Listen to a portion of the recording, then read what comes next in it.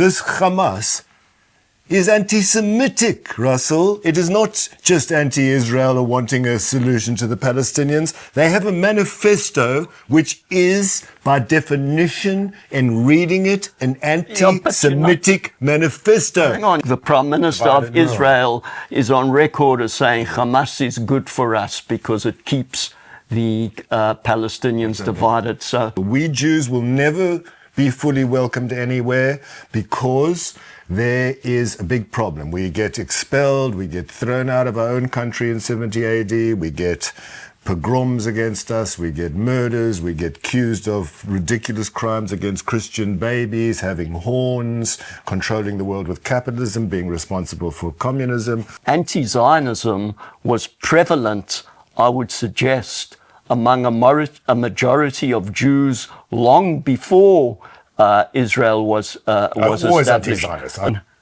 If I'm opposed to apartheid, which is based on white supremacy, how can I justify the argument that Jewish supremacy or Jewish exclusivity is acceptable? Anira Bevan, which is not well known, but it'll be well known now, was an ardent Zionist. I'm going to repeat that. Anira Bevan, the famous Labour politician, probably the greatest politician of the 20th century, next to Churchill for defence, but Anira Bevan, for what he did in this country, is probably one of the greatest politicians of the 20th century, was an ardent Zionist. Do you hear that, all left-wing critics of Israel? But increasingly, people turned against the Zionist project. So to say that they to say that Bevan was a Zionist doesn't quite cut it any longer. Okay, but what?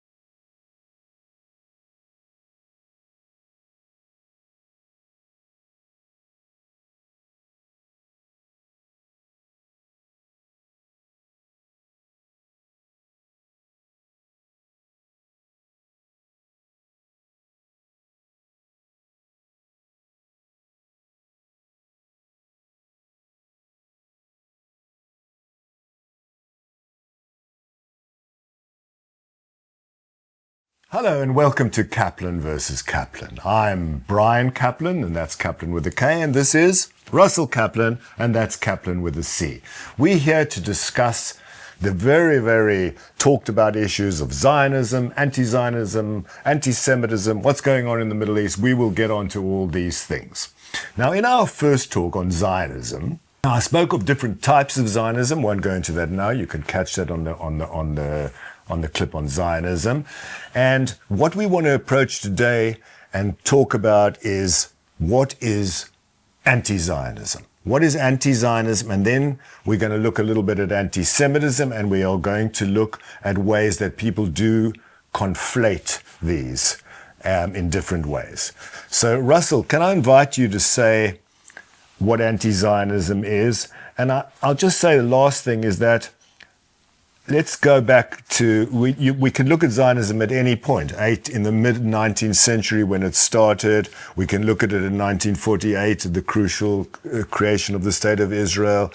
At any stage, I'm interested at, almost throughout that narrative of Zionism, when would you have become an anti-Zionist, or are you an anti-Zionist, or how did you become an anti-Zionist?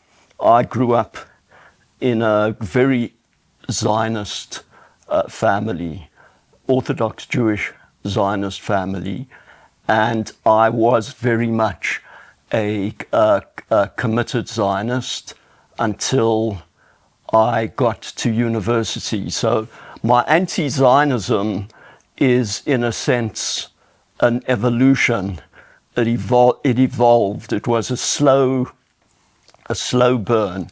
As I got involved in anti-apartheid politics as a student activist, and then working with the nascent trade unions in South Africa, I began to question the Zionist project in relation to its Jewish exclusivity and what you would probably call, what I would probably call now, its Jewish supremacist position. The idea that you have a circumscribed area of territory which is exclusively for Jews, which therefore privileges Jews over and above anyone else. And of course, being an apartheid activist, being opposed to apartheid, I said this was a slow burner. I began to reflect on, if I'm opposed to apartheid, which is based on white supremacy, how can I justify the argument that Jewish supremacy or Jewish exclusivity is acceptable? So I began to wonder about that. I guess I was still, I suppose, very much a Zionist, but it rankled with me. Mm-hmm. It rankled with me that the position, the Zionist position, felt more and more untenable. And I think my final break with Zionism has occurred in relation to what's going on now. And of course, our next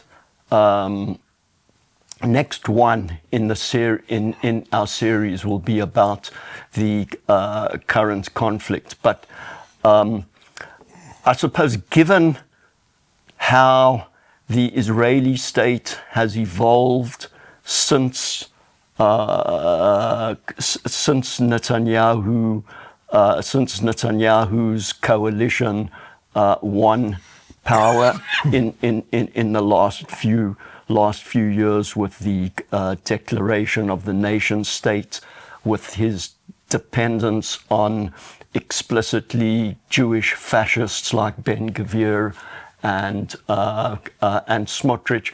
But I suppose also I'm learning all the time, as I hope everybody is.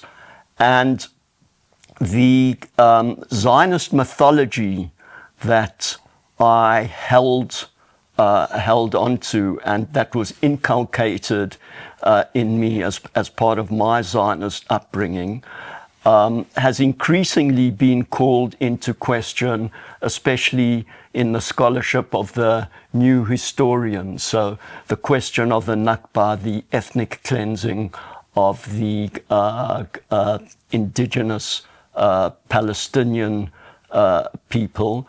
And I've begun to read more and more. So to finish this long response, it's been a slow burn for me. I suppose in many ways I've the Israel Palestine issue I have sort of kind of avoided in a way. It's been very uncomfortable given my background, but I think that my commitment, my socialist commitment to justice and equality makes it impossible to continue to support a project which is increasingly, explicitly Jewish supremacist. Okay. So let me just reframe what I understand as Zionism, because I'm not going to disagree with you. I'm not a fan of the current Israeli government, but that doesn't mean that my passion for Zionism is dimmed in any way, all right? I'm allowed to say I am a committed Zionist, and I don't like the present Israeli government, and I'm not alone in that. You'd agree with that. There are many Israelis that would call themselves Zionists, but not like the Netanyahu, Smotrich, Ben-Gvir coalition. Would you accept that? Yes. Okay, yes. so that's me, all right? I don't like these people, okay? And that's not my people that I'd want to be ruling, but I accept the democracy in another country and their system of doing things, even though it's probably the worst proportional representation system in the entire planet. The argument against PR, actually. However, if you see Zionism as I do from the 19th century, the mid-19th century, which I mentioned in the first clip, what I see it is, and it has been called this, the lifeboat theory. In other words, the history of anti-Semitism in the world was what Herzl in the late 19th century saw as insoluble. He saw it as insoluble. We Jews will never be fully welcomed anywhere because there is a big problem. We get expelled, we get thrown out of our own country in 70 AD, we get pogroms against us, we get murders, we get accused of ridiculous crimes against Christian babies, having horns, controlling the world with capitalism, being responsible for communism, all the rest of it. And we contributed these things. I mean, the communism and capitalism, for sure.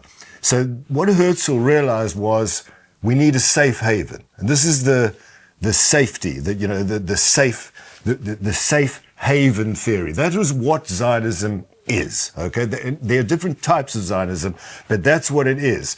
And that's what you might have realized that. And that's why I think in the early days of Zionism, you might have been a Zionist because, as you know, Moses Hess, the friend of Marx, wrote a classic book called Roman Jerusalem, which basically advocates for some form of Zionism. And then Herzl and all the Zionist congresses. But I would particularly take you to the crucial area after the war when where the British government was compassionate or sympathetic to Zionism. Well, we know that. But let's look at a left-winger from that time because, people would not see me as part of the left now because I have a distaste for what the identitarian left. But in terms of the collectivist left, the National Health Service, this just looks like a miracle to me coming from South Africa, having worked as a doctor in South Africa. National Health Service looks like a miracle. So that's not a right-wing thing to say, I hope. Okay? So what happened, Anira Bevan, which is not well known, but it'll be well known now, was an ardent Zionist. I'm going to repeat that. Anira Bevan, the famous Labour politician, probably the greatest politician of the 20th century, next to Churchill for defense, but Anira Bevan, for what he did in this country, is probably one of the greatest politicians of the 20th century, was an ardent Zionist. Do you hear that, all left-wing critics of Israel? Right. I hear that. And as I have mentioned on numerous occasions, the experience of the Jews, the experience of the Holocaust, in some ways rendered the establishment of a Jewish state some kind of moral imperative. And Isaac Deutscher, the famous Marxist biographer of Trotsky and Stalin, famous Polish communist leader, has in some ways acknowledged that in a way Israel, the establishment of the State of Israel, in the eyes of many progressive people, seemed like a moral imperative. Mm-hmm. So yes, Anira Bevan was a Zionist. or certainly supported the establishment of a Jewish state. I think even people like Tony Benn supported the establishment of a Jewish state. However, and here's the rub, if Aneurin Bevan was alive today, and certainly Tony Benn in the twilight of his life was an ardent pro-Palestinian, and I would suggest that these progressive left-wing Labour politicians, with what we know now, would have become anti-Zionist. And I'm glad that you raised the issue of Aneurin Bevan, because my riposte to that is, do you recall the Jewish Labour MP Gerald Kaufman? I do. Okay, and Gerald Kaufman was a great supporter of Israel, but finally turned against Israel over what he considered the unjust, unacceptable situation in Gaza. But yes, I was a Zionist, Bevan was a Zionist, Kaufman was a Zionist, but increasingly people turned against the Zionist project. So to say that they to say that Bevan was a Zionist doesn't quite cut it any longer. Okay, but that's what I see. I see there are left-wing people that Zionism is okay as long as it's left-wing Zionism, which it was from 1948 to 1977 for 29 years. It was left-wing Zionism. But now, if it's right-wing Zionism, now the Zionism isn't such a good idea anymore. Well, firstly, I would question the left-wing nature of it. I don't, and I have very rarely considered the Labour Party left-wing. And I'm saying even, it's left-wing in terms of, I think we've spoken about this before, it's left-wing in terms of a sort of positional in relation to, let's say, the conservatives, or in Israel in relation to Likud. But for me, left-wing and right-wing relates to ideological positions. And we'll come on to that. Yes, the Labour Party in Israel ruled for a long time, and the Histadrut, if you want to call it left wing, although that's not my idea of left wing. And a more important point, you say people are willing to have a positive view of left-wing Zionism, but not of right-wing Zionism.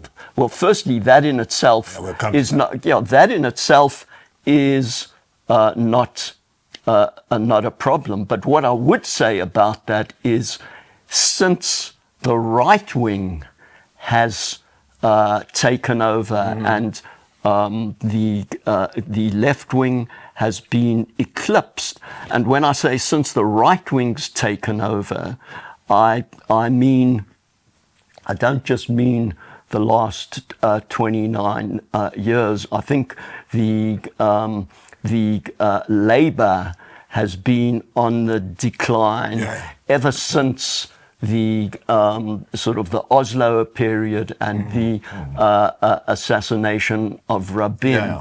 And many anti-Zionists point to the fact that you see the mask of Zionism steadily slipping. It becomes more and more right-wing. It becomes more and more nationalist. The oppression of Palestinians becomes more and more acceptable within Israeli society. The occupation steadily. Okay. Just let me finish this. It becomes the slow burning colonization via occupation becomes more and more acceptable with settlers going in, simply stealing Palestinian land. Yeah. But what I'm saying is, you say you don't like it, but you have to reckon, is this part of the logic of the Zionist project? That's what I see. Crucial point in our discussion. Absolutely crucial. Absolutely crucial. I completely accept. I understand where you're coming from exactly. And this is what I'm going to say. Okay. I'm going to take you back to what you said: supremacy of Jews. And I'm going to say that is a wrong and damaging term. And I'll tell you why. Because, and also what you said about the Holocaust is misleading in the way that I see it. I always advise people when they want to comment on these protests against Israel or think, just go into Google and Wikipedia and write in timeline anti-Semitism. And you will see, ever since the dispersion, ever since the Romans expelled all the Jews from Jerusalem and Judah and Israel, we have been hounded all over the world. And this is not a supremacy that Jews wanted to come to Israel. What it is a safe haven. It is only, and that is the one term, a safe haven is the one term that applies to all forms of Zionism, whether they be, as we've said, left-wing Zionism of David Ben-Gurion, the more revisionist Zionism of Ziv Jabotinsky, the synthetic Zionism of Chaim Weizmann, which uses many types of Zionism, the religious Zionism of people like Ben-Gvir and Smotrich, and so on, liberal Zionism, whatever you call it. The one thing that all the Zionists agree on is that there should be a safe haven for Israel, given the persistent history and relentless history of anti-Semitism, not just the Holocaust. The Holocaust, you get people like Jacqueline Rose and people saying, oh yeah, the Jews were damaged in the Holocaust, so people go on to damage other people or whatever, and justifying it and looking at psychological theories and stuff like that or whatever, and saying since the Holocaust. I never say since the Holocaust. I say the Holocaust was the final straw that persuaded humanity, yes, we agree there should be a safe haven for Jews. That is all Zionism is. Anything else is another layer on it. And what you can say is that you supported Zionism, yeah. Maybe in 1880, if you'd lived there, you'd support Zionism. Maybe in 1948, you would have supported Zionism. Maybe in 1956, 67, I don't know. Probably the cutoff time is about 64, at the time when the Palestinian Liberation Organization was formed. They had a flag and a kafir in 64, 67 war. Then after that, the land, etc. Maybe you went off. Maybe you thought the Zionist dream has lost direction. But the Zionism, please, and I'll say this to anyone who's watching, the only thing about Zionism is there needs to be a safe haven for Jews, given the world history of relentless anti-Semitism. That is what Theodor Herzl saw. He saw no cure. And what's happening in Israel now breaks my heart. It just seems that even if we have our own safe haven, we can still be murdered, killed, tortured and raped on our own land, never mind in the pogroms of the Ukraine, Poland, Russia, the settlement pale, but even in our own country. But precisely this idea of a safe haven, an exclusive geographical space, that's it, seems to me to be somewhat of a pipe dream in your own terms, because I would say that the least safe place for Jews is the state of Israel, that territory. But there's also the issue, even if you do believe in a safe haven for Jews, that can't be at the expense of other people. I agree with you. Yes, that's yes. That's the real problem. I mean, that's... Yeah, but why were you ever a Zionist then? If you were ever a Zionist, you should have said, no, you can't go anywhere. The land has changed hands. It's no longer your Jewish land. You can't go there. Hang on. But you didn't say that. No, hang on. I was a schoolboy. Yeah, but Gerald Kaufman supported it. And Aaron Bevan supported it. No, hang on. Firstly, I was a schoolboy. Okay. I went to a Jewish school which inculcated Zionism more than it did Judaism, because it wasn't a yeshiva college. It was King David, right? Secular. Okay. Mainly well, secular. they had prayers and everything, but it was by South African standards, very liberal education, but for its strong Zionism. And I went on Ulpan. I went to Israel for three months.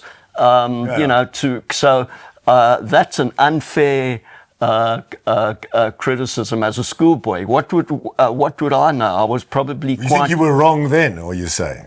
Yeah, well, absolutely. I wasn't aware. Absolutely, I wasn't aware of just how the extent of the what I consider ethnic cleansing of the indigenous Arab population. We'll come on to I would say that Nyron Bevan and all these and left-wing Zionists and Ian Mercado and many of these other left-wing people were not properly apprised of how this Jewish state came into being, and your problems, not your criticism of using the Holocaust. In a way, we agree that was the final straw, but not the only incident. Yeah, but no, sure, it was 20 centuries of incidents. Absolutely, but still very important, because that's what prompted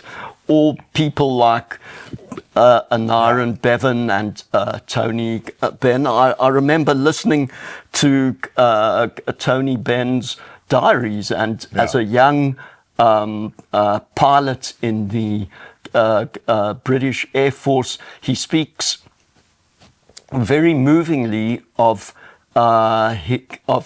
him being on a kibbutz when peace was when the war ended. So I'm not sure how he came to be on a kibbutz, but because my dear left-wing friend, the kibbutz movement was the collectivist experiment of the 20th century. It was genuine communism. So genuine communists like Tony Benn would be interested. Well, hold on, That's why Tony he was Benn there. wasn't a communist. All right, but he was interested in that sort of setup. No, hold on. Tony Benn's socialism evolved. He wasn't even a socialist at that time. He comes from a liberal family. I think but his father was a liberal. He renounced his experience. His experience in government in the Labour Party. Yeah, he moved. He renounced his privilege, etc. But let's move on. We must move on to anti-Semitism. Yes. So let me just put anti-Semitism into context here.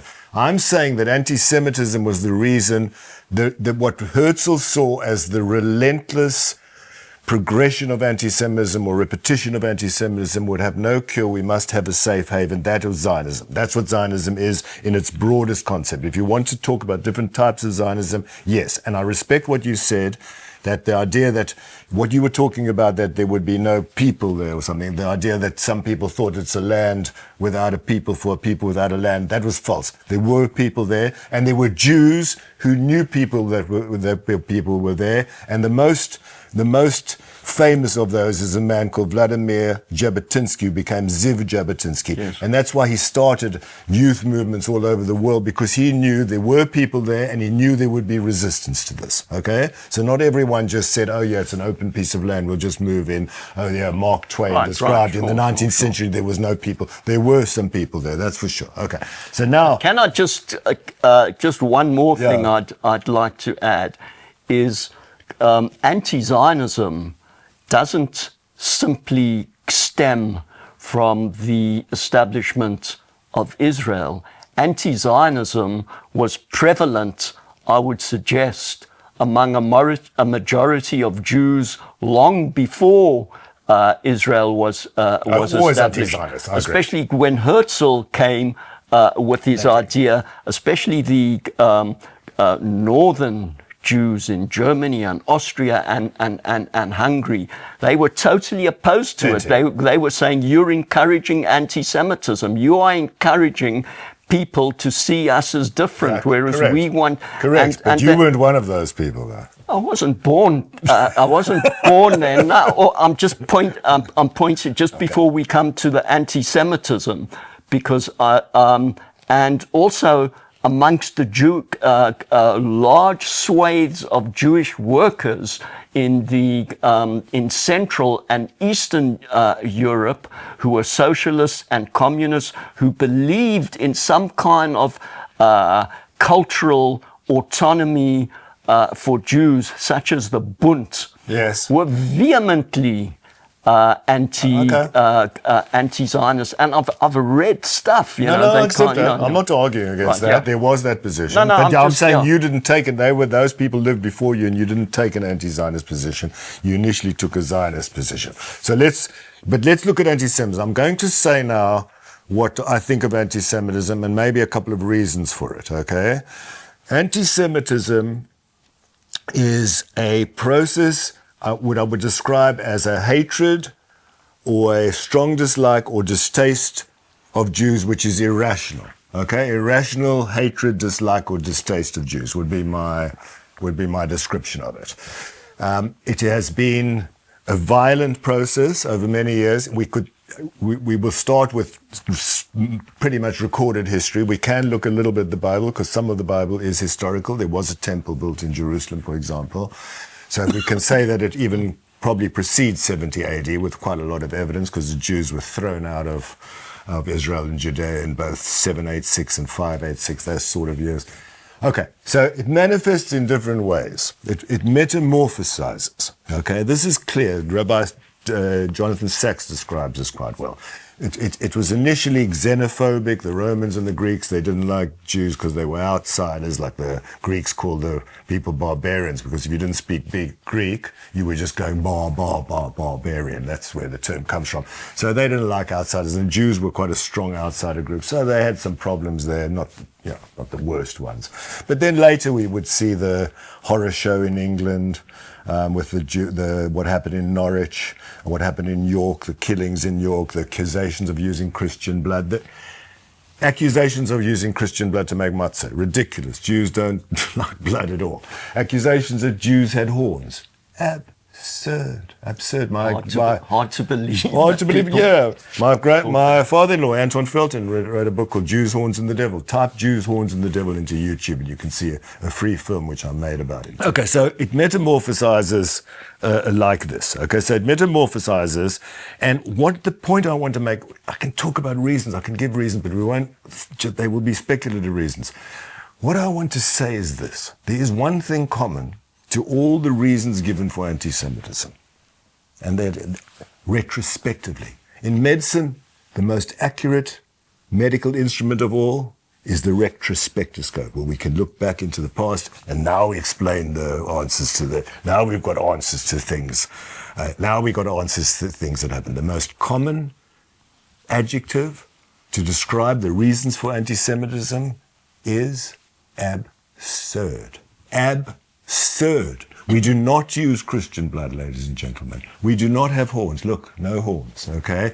We weren't responsible for inflicting communism or capitalism on the world. There is no secret connection of Jews to take over the world. The protocols of the Elders of Zion, ladies and gentlemen, it's a proven fraud, okay? We know these things. It's absurd. Every reason for anti-Semitism ever given is absurd. I personally don't mind someone saying, I don't like Jews, or I don't get on with Jews. They're not my sort of people. They're a bit too pushy, they're upfront, they say things, they argue. I don't like it, I prefer that. I don't consider anti-Semitism. That's just your taste. If you find way that Jews argue or get emotional, that's fine. I don't expect everyone to like me, but I don't want to be hunted down and persecuted. And I don't care what's said about me, actually. I'm not interested in K words and what is the words, Y words. I don't give a damn. As long as you don't put me in a cattle truck and transport me to a concentration camp, that's fine. You can use whatever words you like. I'm not part of this word fascist movement that I see today. I'm not part of it.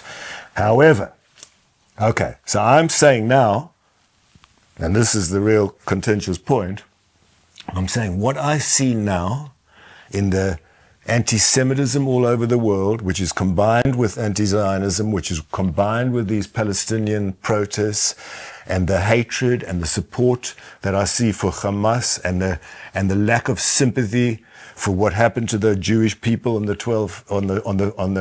October 7 last year, and the lack of women coming forward to condemn sexual violence against Jews, the slowness of women organizations, anti-rape, to come forward and express sympathy and horror at what was done to Jewish women October the 7th, I consider an absolute disgrace. And what I see, alas, and it is clear as daylight to me, that this anti-Semitic anti-Zionism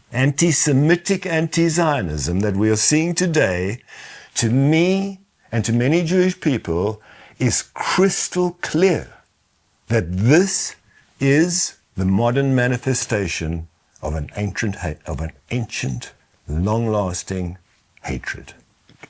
A German socialist by the name of August Bebel described those socialists who subscribe to the Jewish conspiracy, in other words, the Jews control the world, as the socialism of fools. And of course, I think those anti-Zionists whose anti-Zionism is based on a hatred of Jews, that is the anti-Semitism, that is the anti-Zionism of fools. However, I think to lump pro-Palestinian people, or people who are showing solidarity with the plight of the population in Gaza, I would say, is in other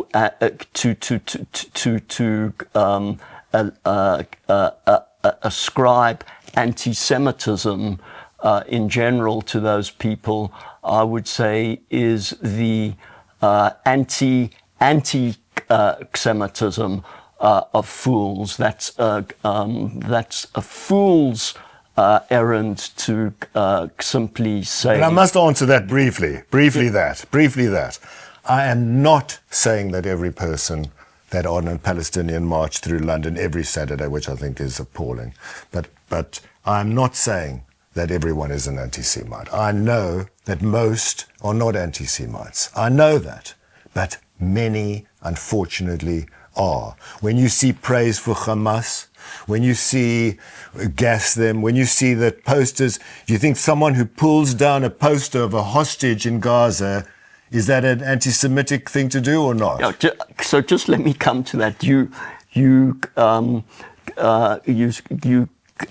slipped in the something about gas them. Yeah. That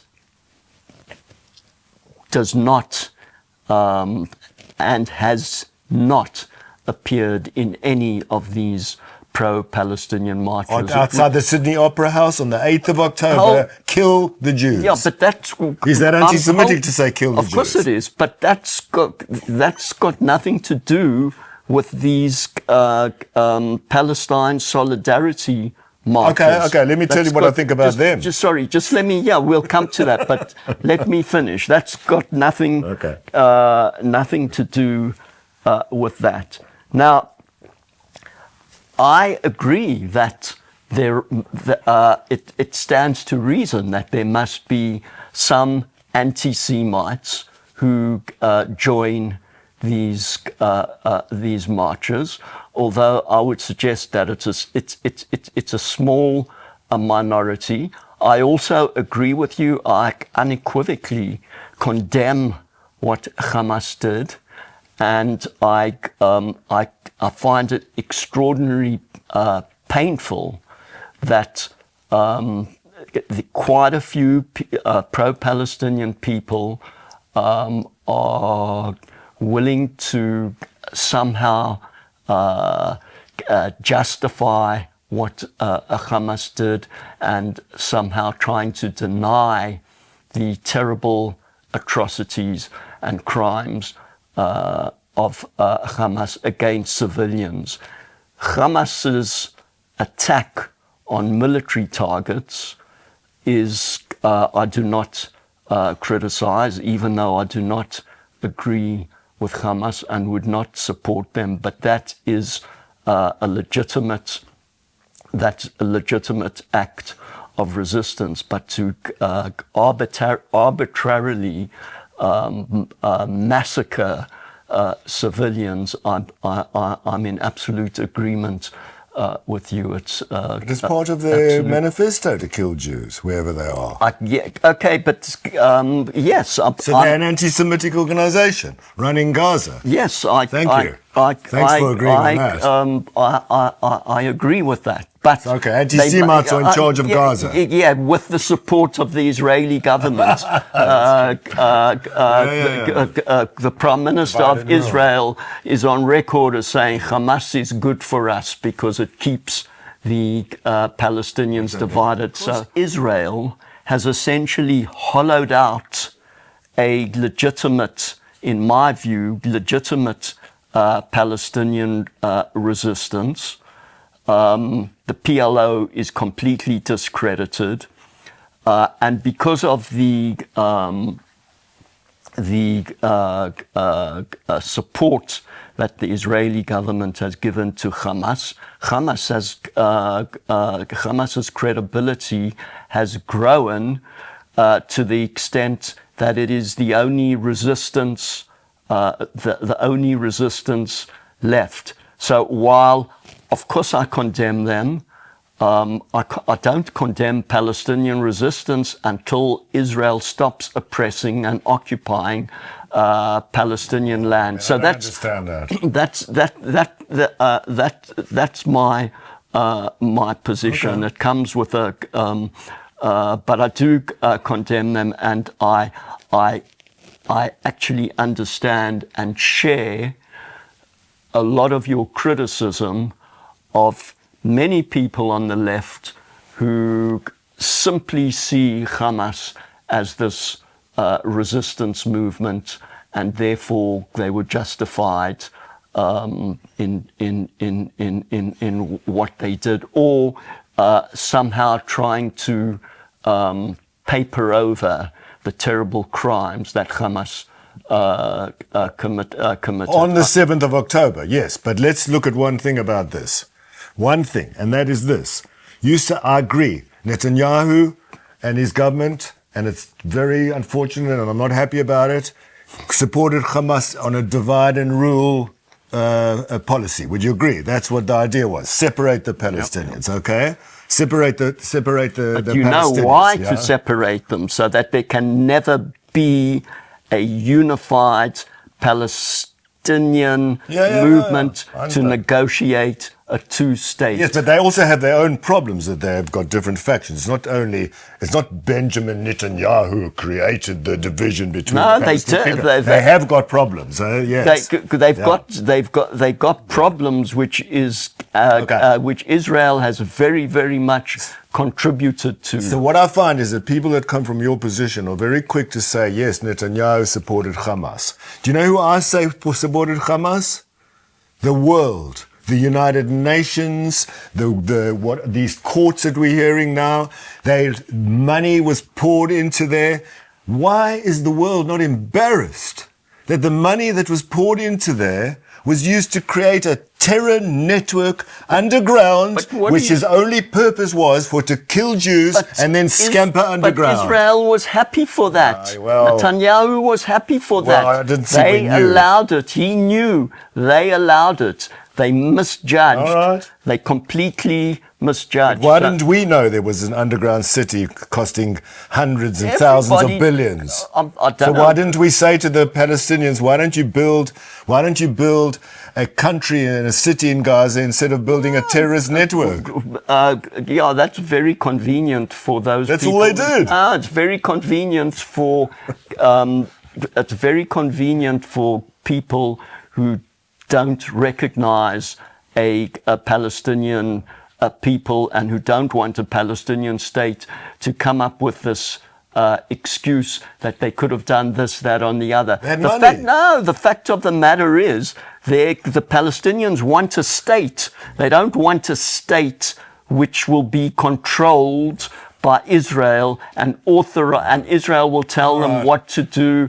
And what not to do. Okay, but we're talking about anti-Semitism. Gaza and the West Bank are inextricably linked. That is generally considered designated a geographical space for a sovereign, independent Palestinian state, which Israel consistently, certainly under the Netanyahu regime, has consistently opposed. I mean, the Likud is on record as saying they do not recognize a two-state. Okay, we'll come to that. I'm talking about Hamas in Gaza. I understand that the head of the Palestinian Authority, entering its 18th year for the 4 years it was elected, Mahmoud Abbas, his mentor, his great mentor, was Al-Amini Husseini, who spent the war with Hitler. But that's okay. I still don't see them. They talk to Israel. They relate there's some sort of cooperation and collecting taxes or whatever.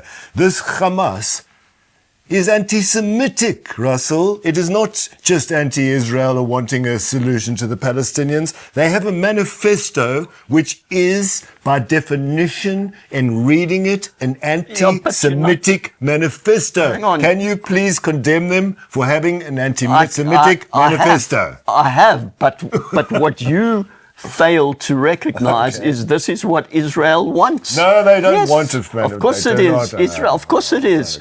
The Netanyahu government, according to the proportions of representation, represents the Israeli people, and they consciously promoted Hamas. So I don't accept to try and say that it's anti-Semitic and I don't know what. We know they're anti-Semitic. Yeah, but it counts for nothing. The fact of the matter is, the so-called Jewish state set up to fight anti-Semitism is actually promoting anti-Semitism. I don't think they promote it. They promoted Hamas because it suits them to promote an Islamicist movement to keep the Palestinians divided. And when it comes your criticism of the PLO and Abbas is also a bit, I find a bit strange and a red herring. The PLO, the reason why Hamas has become so popular is because the PLO does Israel's dirty work. Goes in, those people who want to, who basically see that Israel has no interest in a Palestinian homeland, and in fact actively promotes colonization on the West Bank. The PLO helps Israel to flush out those people who say there's no alternative to armed resistance, which is an important question. If Israel is not going to recognize the right of the Palestinian people to their own sovereign, independent land, then just like the ANC, after exhausting all peaceful resistance, came to the conclusion that the only way forward is armed resistance. It's a great shame that Israel gave up the opportunity to make peace when the PLO still had a lot of credibility and legitimacy under the leadership of Yasser Arafat. But we're moving. Yeah, we'll get on to that. We'll get on to that. That's round 64, 67. But I want to. No, I'm speaking around the Oslo. Well, that was later. The Oslo we period. can talk about but I that. want to come back to the anti-Semitism thing. Yeah. I think we're Well, I love talking about anti-Semitism. Yeah. The position is that I don't care as a Jew who finds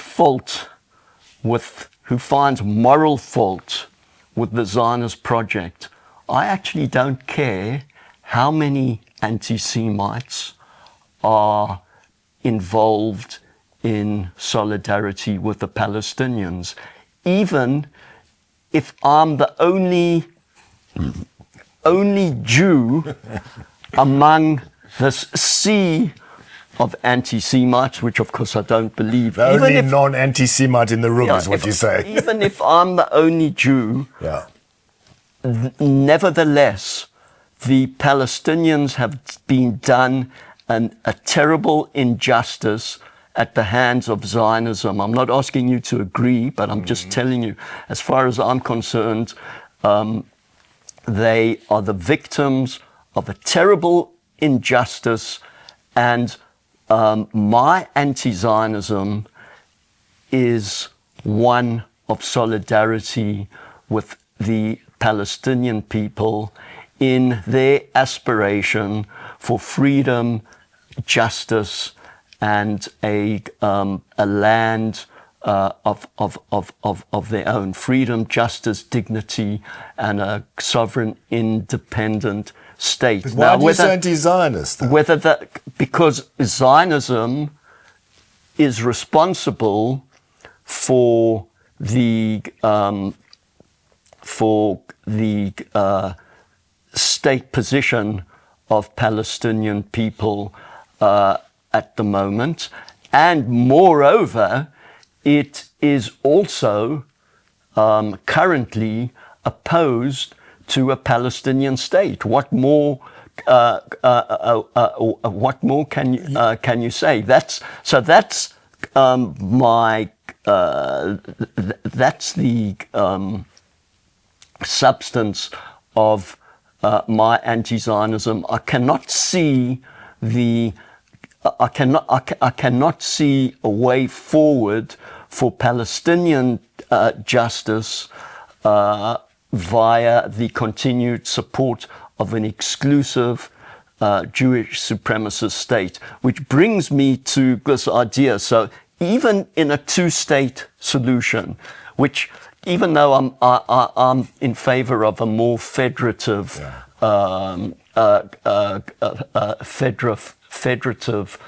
configuration, realistically, I do, as Ofer Kasif from Hadash has pointed out, realistically, the two people probably cannot, from the get-go, live together. They need some sort of separation. But even within separation, that doesn't mean to say that I agree with an exclusive Jewish supremacist state. And I would, if I lived there, well, even if I don't live there, I would be agitating for the two states to come together, and I'd want this exclusive Jewish homeland to be much more open, much more democratic.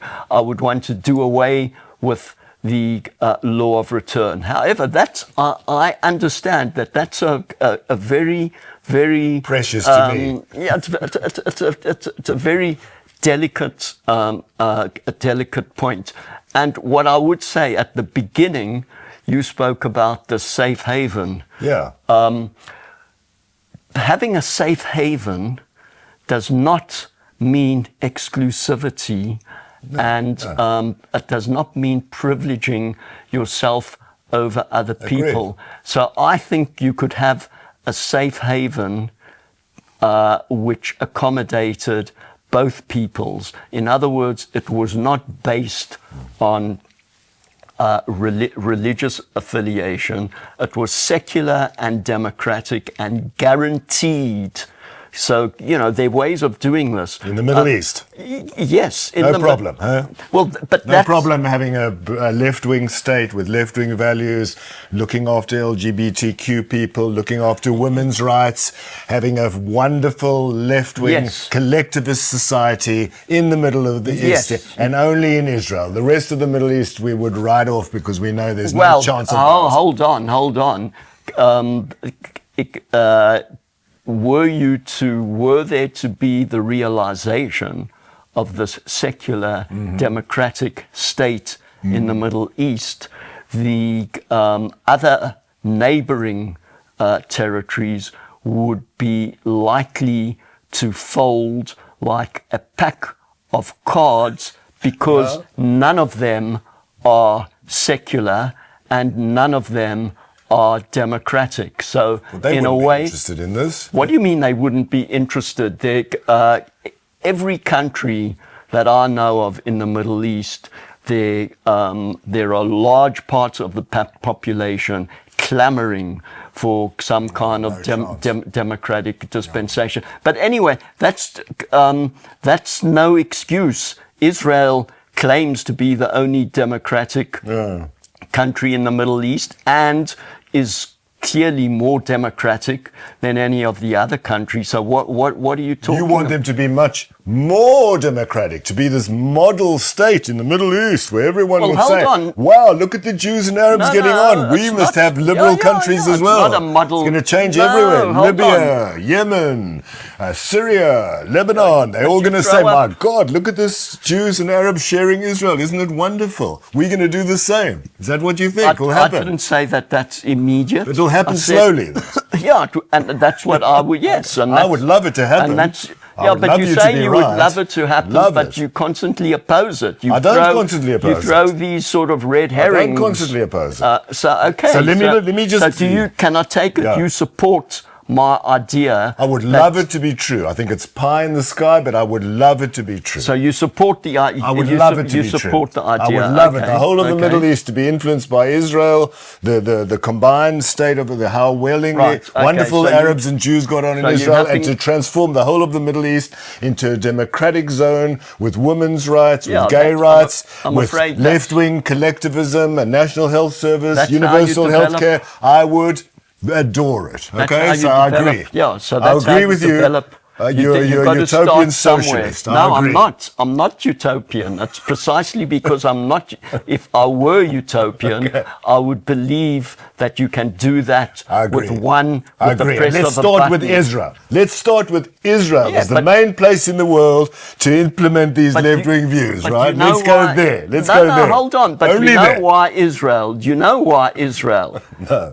Because Jews colonized that part of the world. What do you mean? We lived there from 1800 BC to 70 AD. That's a poor argument. And we said we were coming back every single year. As I've said, if you, it's a little bit like the Muslims saying, we had a caliphate in 1600s and let's go back. I agree. And now we want to build the... Well, but we're opposed to it. Why should we be opposed to the caliphate but not to some Jewish claim I will tell you from thousands of years ago? I will tell you no why. one in the world accepts this except Zionists. I will tell you why what happened. Let's just zoom out a bit. Can you, I'll ask you a question that I'd like a yes or no answer to if you can. If we look at the history of Zionism from Herzl and Kalischer in the 19th century and then the new what happened in the 20th century, the Zionist Congress, the creation of Israel and everything since 1948, can you see the history of Israel since 1948, a war where they lost 1% of the population? It's a lot. Then in 1956, the horror of Suez, even worse for the French and the British and the Israel, but it was a horror. Then the 67 war, then the 73 Yom Kippur war, then the 80 wars in the 80s in Lebanon, then this Gaza stuff, then terrorism, then intifadas. Do you think it looks a little bit painful. It hasn't been very nice. It hasn't been very nice for Jews to try and survive there. It's been a bit hard compared to the development of other countries, a bit tough from the word go. Can you see the pain that it might have inflicted? And we've got this homeland now, and we're just fighting all the time now just for survival. Does it look hard? No, but you can that only presents half of the picture, and it doesn't look at the causes of this Jewish pain. Had you not ethnically cleansed the land, had you had you not colonized Arab land, had you not recognized the right of Palestinians to their own independent, sovereign homeland, then you wouldn't be suffering this. And what I would say is, so what's the point? If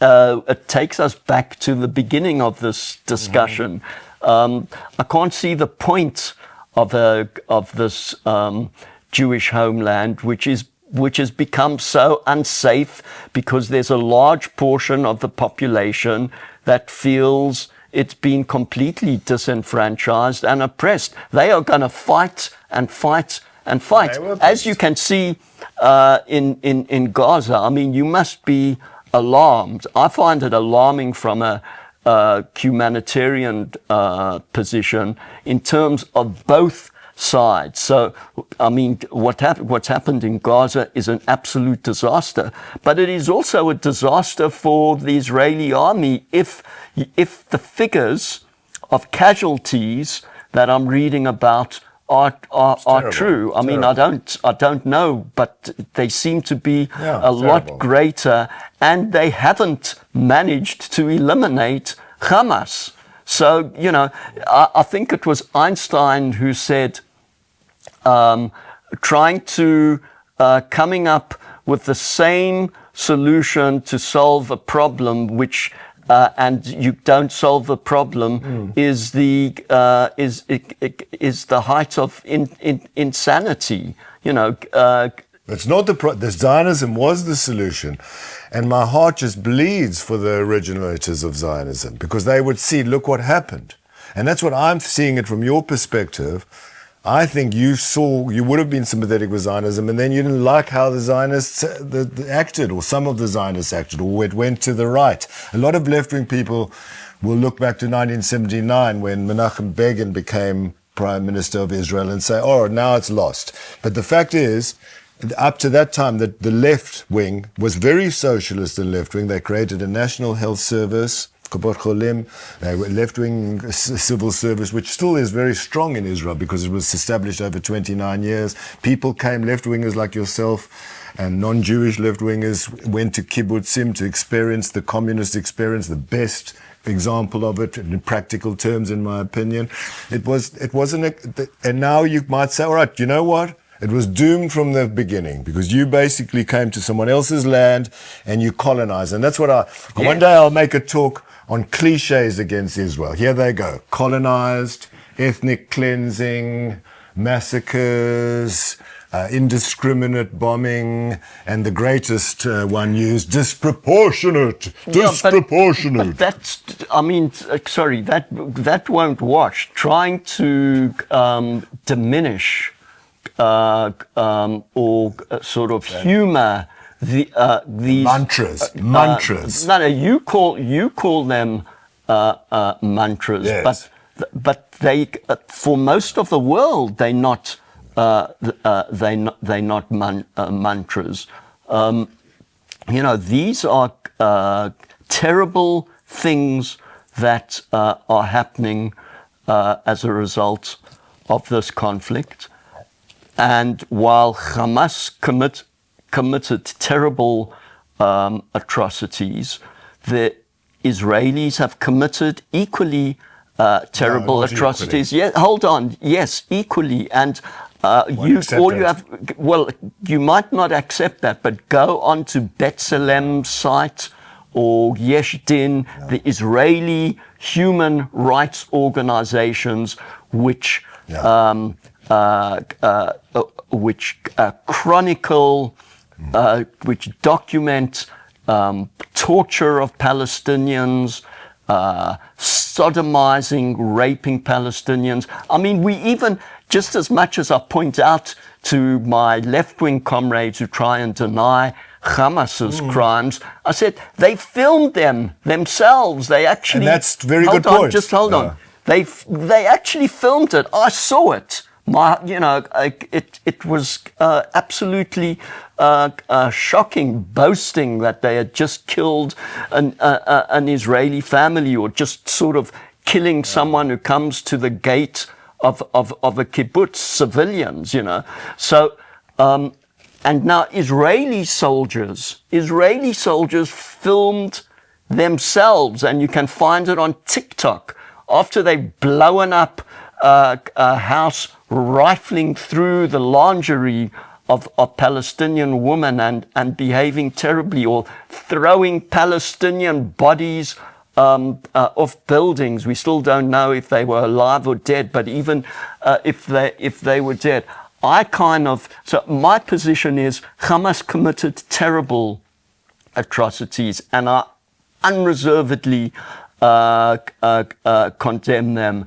But I also think Israel tried to exaggerate some of these things. There's no evidence of the beheading of rape, babies, torture, murder.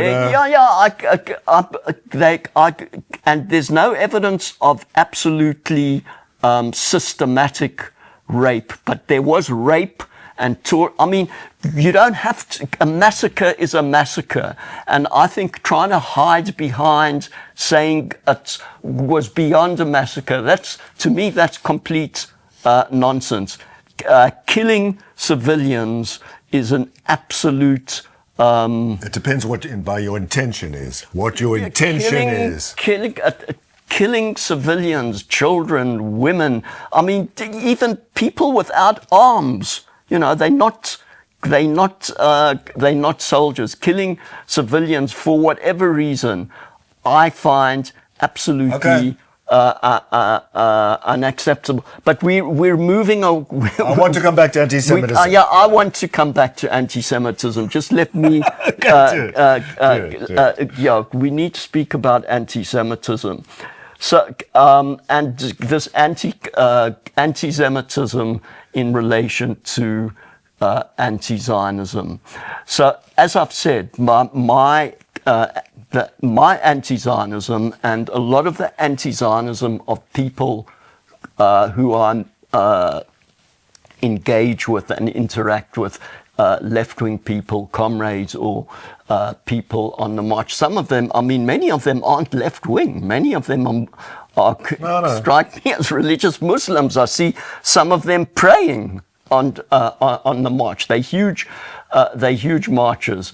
Now, as you know, my background is in public health and health promotion, and one of the core disciplines of public health and health promotion is epidemiology, which you as a medical doctor know. Not to mention the millions of epidemiologists that have been suddenly qualified since COVID.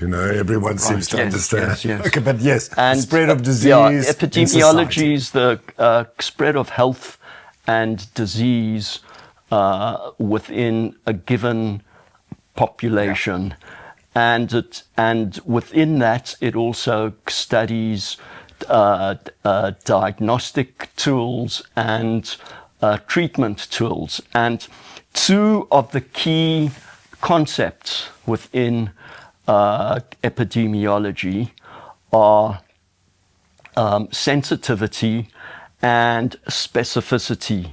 Sensitivity is the degree to which a test can pick up whatever it's testing for without producing false positives. But because it's so sensitive, it produces false positives. And the other concept is specificity, which because it's so narrowly defined, it's likely to throw up false negatives. Yes. So the aim is to achieve a balance between the two for success in whatever you're testing for, be it a new vaccine or a new or a diagnosis, etc. Now, I find that definition or those concepts very useful in relation to the definition of anti-Semitism, which seems to have captured the public discourse, and that's the International Holocaust Memorial definition. I think that's what it's called, but you know what I think people watching this will know. Yeah. And it's a definition that originally the Corbyn leadership refused to accept, and because of pressure, finally did accept. And for me, the problem with that definition in relation to anti-Zionists and people who demonstrate solidarity with the Palestinian people is it throws up too many false positives. It's oversensitive. Yeah, it's oversensitive, and it therefore enables people to allege anti-Semitism when there's no anti-Semitism. A really good point, Russell. I mean, first of all, you're choosing a metaphor within my ken, right? Medicine, and I do know what false positives and negatives are, and I will accept that, and I will look at that definition. And I know that some Jews will look at it and say, well, it's just the anti-Semites using sophistry to try to get it. But I will look at it independently, because I think you've made a good case that it's not exactly a fair way to assess anti-Semitism or not. Although even you would accept that if anti-Semites would use that and say, look, that definition, etc. But I accept it is possible to look at it fairly objectively, linguistically, and understand the language and understand its parameters. I do accept that.